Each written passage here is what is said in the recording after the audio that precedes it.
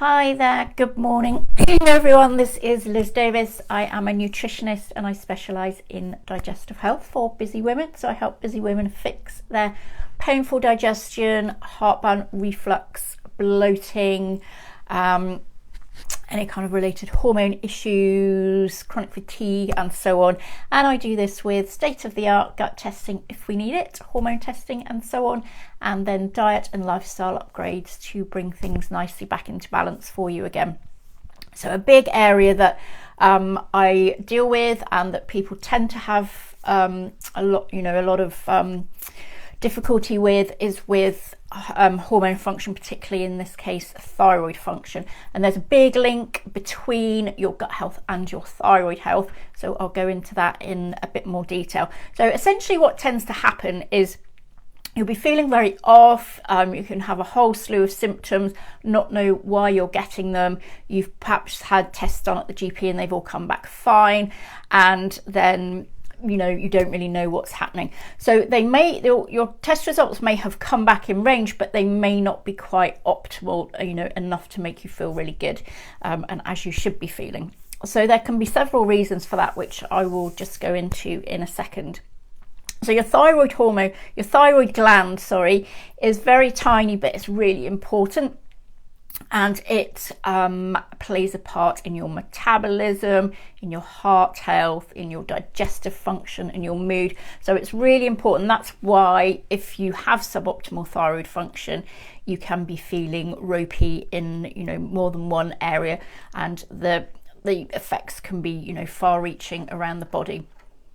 So first up then, I'll just go into how your thyroid affects your gut health.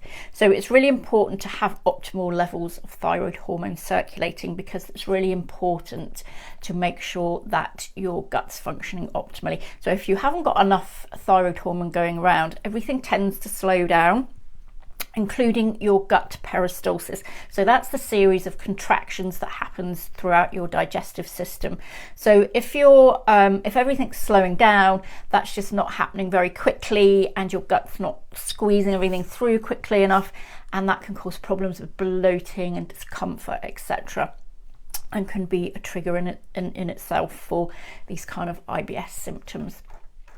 So next up, it definitely has an impact on your microbiome. So if you haven't got enough thyroid hormone going on, it's going to negatively impact your microbiome. So then what can happen is you get more unfriendly bacteria flourishing where we need more friendly bacteria flourishing. So the friendly ones aren't keeping the unfriendly ones in check, and then they can end up overgrowing and causing all sorts of problems and inflammation and so on. So it's really important to keep that microbiome in check as well.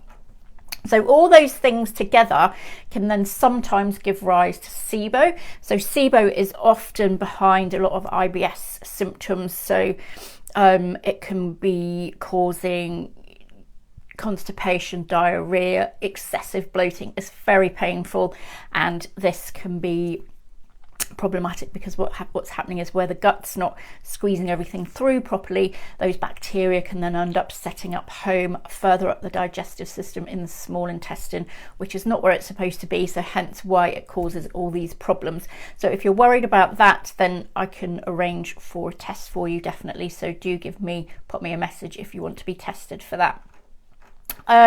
So then what happens is sometimes we can end up in a vicious cycle as well, because our gut health is really important for metabolizing our thyroid hormone as well.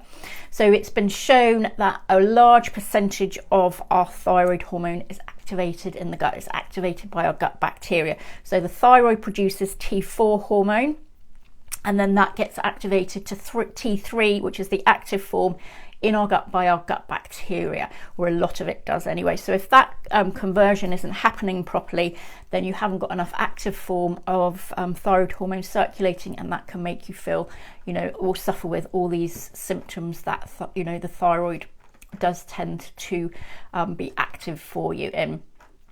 So if it's not converting properly, so if your gut health isn't optimal, so if you've got IBS or any other kind of condition like constipation or even celiac or anything like that, that conversion can be compromised as well. So you can see then you need optimal levels of thyroid hormone to make sure that your gut functions properly, and you need proper gut function to make sure that your thyroid hormone can do what it needs to do.